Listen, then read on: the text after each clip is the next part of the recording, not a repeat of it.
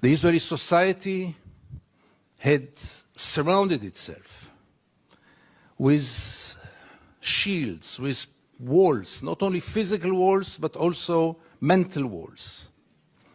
I don't want to get into it because it's another lecture, but I'll just give the 3 principles which enable us Israelis to live so easily with this brutal reality.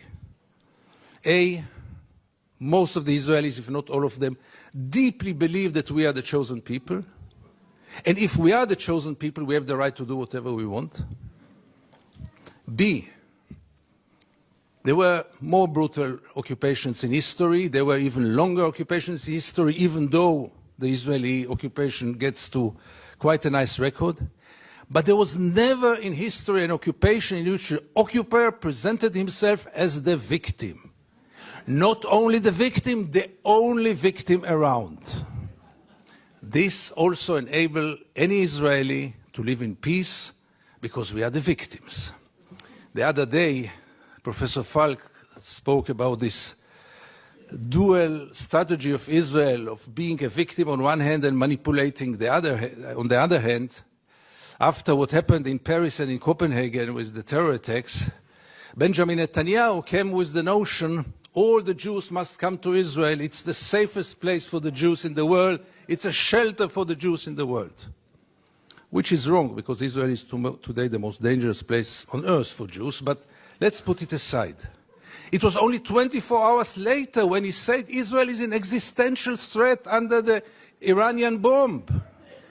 And I asked myself, how can you dare call Jews to come and to join this suicidal project when the Iranians are going to bomb us?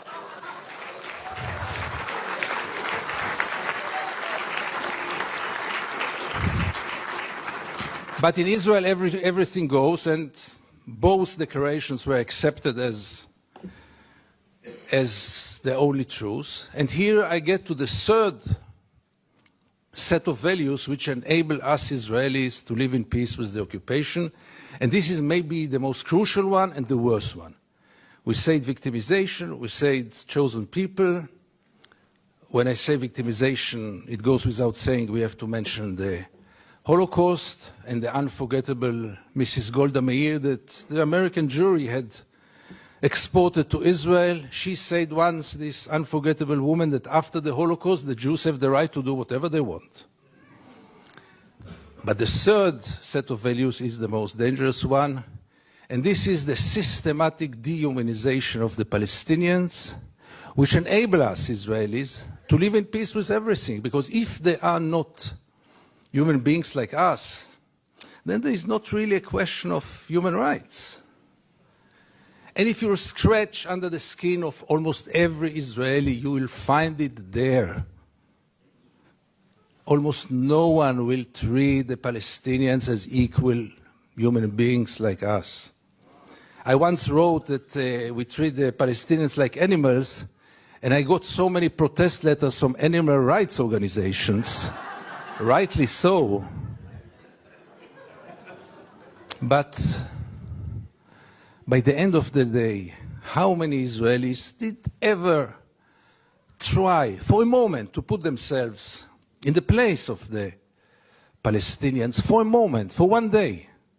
And I want to give you 2 examples which will demonstrate it. Many years ago, I interviewed then candidate for Prime Minister Ehud Barak. And I asked him a question which I try to ask in any occasion. Mr. Barak, what would have happened if you would have been born Palestinian? And Barak gave me then the only honest answer he could give me. He said I would have joined a terror organization. What else would have he done? Would he become a poet? He doesn't know to write poems. Would he become a pianist? He's quite a bad pianist, and I doubt if he would have become a collaborator, because he is a fighter. And it became a scandal, because how can you dare to put Ehud Barak to think what would have happened if he would have become a Palestinian?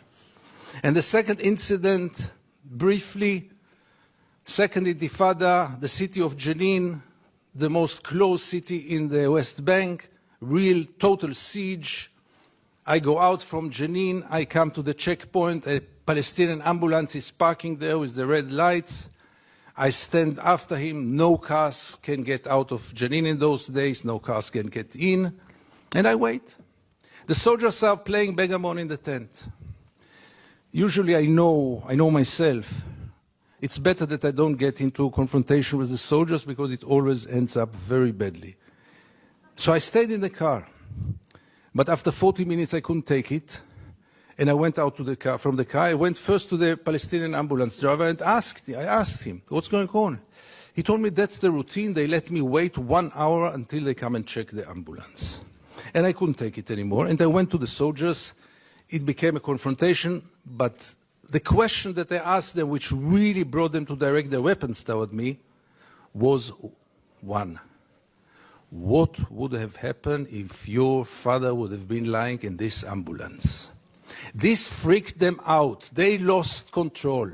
How can I dare to compare between their father and the Palestinian in the ambulance?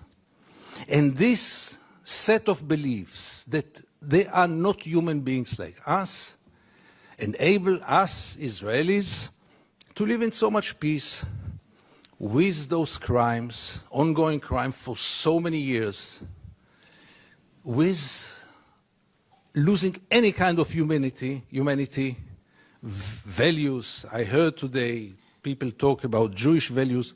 I must be frank with you, I don't know what are Jewish values. I know what are universal values.